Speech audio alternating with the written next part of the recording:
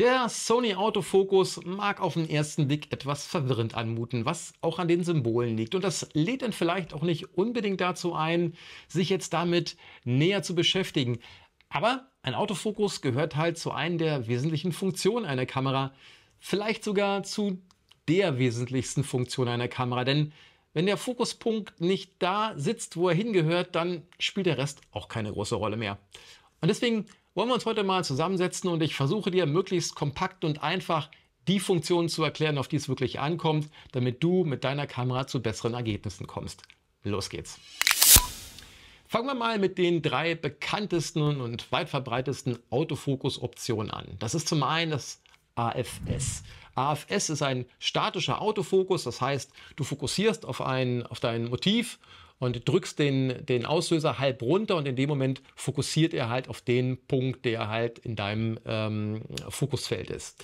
Selbst wenn sich nach dem Halbdurchdrücken das Motiv dann noch nach vorne oder nach hinten bewegt, würde das auf den Autofokus, auf die Autofokus-Einstellung keinen Einfluss mehr haben. Der ist eben, wie gesagt, eingeloggt auf genau den Abstand, der zum Zeitpunkt des halben Durchdrückens halt stattgefunden hat. Eignet sich besonders halt für Szenarien, in denen sich dein Motiv eben nicht bewegt, also in der Landschaftsfotografie oder in der Produktfotografie. Das hat einen Vorteil, dass wenn du halt diesen Schalter halb durchgedrückt hast und merkst, du möchtest das noch so ein bisschen reframe, also deinen Bildausschnitt noch ein bisschen verändern, dann kannst du das genau machen, dass der Teil des Motivs, der wirklich im Fokus sein soll, der bleibt dann scharf, weil du halt durchgedrückt hast und du könntest dann immer noch die Kamera noch ein bisschen anpassen, nach oben, nach unten, wie auch immer, dann durchdrücken und du wirst dann ein Bild haben, das genau an der Stelle scharf ist, die du vorher angezielt hast. Dann gibt es AFC. AFC ist ein sich ständig verändernder Autofokus, der also kontinuierlich sich anpasst auf den Abstand zwischen der Kamera und dem einfokussierten Motiv. Das heißt, du drückst wieder halb die Auslöser-Taste und hast dann den Bereich, der in dem Fokusfeld liegt, fokussiert.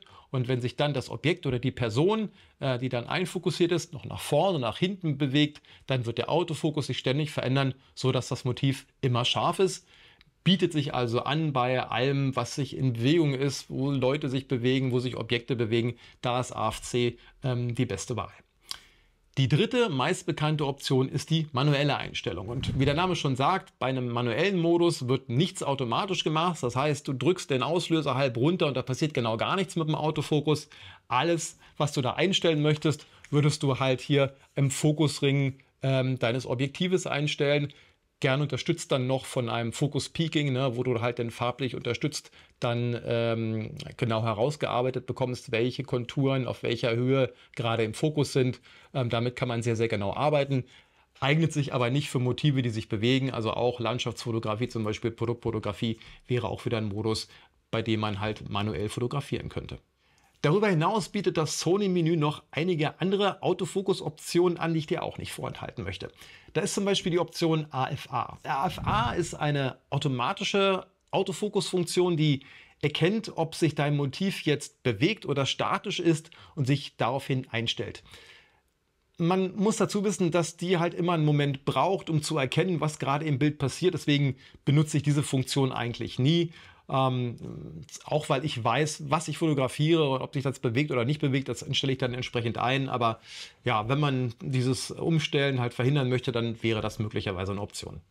Zu guter Letzt gibt es dann noch die Option DMF. DMF ist so eine duale Autofokus-Funktion. Das heißt, man kann den Auslöser halb runterdrücken und das Bild würde fokussieren im Autofokusbereich und man hat dann zusätzlich noch die Möglichkeit, mit dem Schärfering am Objektiv noch nachzujustieren, um den Schärfepunkt genau dahingehend anzupassen, wo man ihn gerade haben möchte.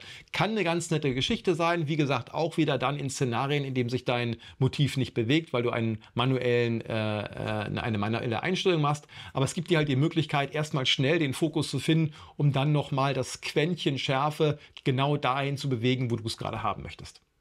Zu den reinen Autofokus-Funktionen soll es das dann schon gewesen sein. Allerdings ist das nur die halbe Wahrheit, denn um wirklich gute Ergebnisse erzielen zu können, muss der Autofokus auch zu einem richtigen Fokusfeld benutzt werden und darum soll es jetzt gehen. Das Fokusfeld bestimmt den Bereich des Bildes, in dem die Kamera ein Motiv sucht, auf den es sich fokussiert. Und da gibt es mehrere Optionen und welche davon dann für dich die richtige ist, hängt halt vom Anwendungszweck ab. Es gibt zum Beispiel die Option Breit. Bei Breit wird fast der gesamte Bildschirmbereich genutzt von dem Fokusfeld und es sucht halt in diesem Bereich nach einem Motiv, auf das scharf gestellt wird. Der Nachteil von diesem Modus ist, dass wenn du jetzt ein Bild hast, in dem sich viele Objekte oder viele Menschen bewegen, dann wird der Fokusbereich sich eins von diesen Objekten oder eins von diesen Menschen heraussuchen und auf den fokussieren. Und ob das dann aber auch wirklich das Objekt oder die Person ist, auf die du deinen Fokus lenken möchtest, sei mal dahingestellt. Das heißt, das könnte dann sein, dass das nicht passt. Und wenn du jetzt, keine Ahnung, deine Gruppe hast und du bist mit einer geschlossenen Blende 16 oder weiß der Teufel was unterwegs, mag das auch gar nicht so schlimm sein. Wenn du allerdings offenblendig unterwegs bist und da ist dann ein halber Meter und eine Person, die vor oder zurück steht, das kann halt dann schon den entscheidenden Unterschied machen, ob das Bild scharf ist oder eben nicht scharf ist. Deswegen ist Breit so eine Option, die mit Vorsicht zu genießen ist. Dann haben wir noch die Option Feld. Feld ist vom Fokusbereich deutlich kleiner als breit. Das heißt, da ist ein Kästchen, aber auch ein relativ großes Kästchen, das mit dem Fokus-Button der Kamera nach links, nach rechts, nach oben, nach unten bewegt wird. Und die Kamera wird innerhalb dieses Feldes halt wieder nach einem Motiv suchen, auf das fokussiert wird.